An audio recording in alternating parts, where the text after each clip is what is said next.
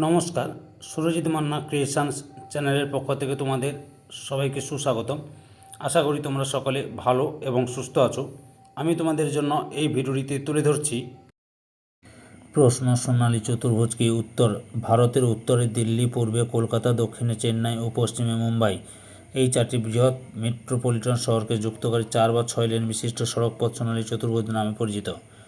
দৈর্ঘ্য: সোনালী চতুর্ভুজের মোট দৈর্ঘ্য 5,846 কিমি, যার মধ্যে কলকাতার দৈর্ঘ্য 1,453 কিমি, কলকাতা চেন্নাইয়ের দূরত্ব হচ্ছে 1,684 কিমি, তারপর চেন্নাই মুম্বাই 1,290 এবং মুম্বাই দিল্লি 1,419 কিমি। প্রকল্প: national highway authority of India 1999 সালে 2রা জানুয়ারির প্রথম পর্যায়ে সোনালী চতুর্ভুজ নির্মাণের কর্মসূচি গ্রহণ করে। 2012 সালের 7ই জানুয়ারি এই দীর্ঘ সড়কপথ নির্মাণ সম্পন্ন হয়।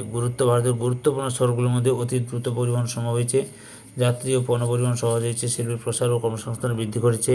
কৃষকদের পক্ষে কৃষি ফসলগুলি ও শহর বন্দরগুলিতে সহজে পাঠানোর সুবিধা।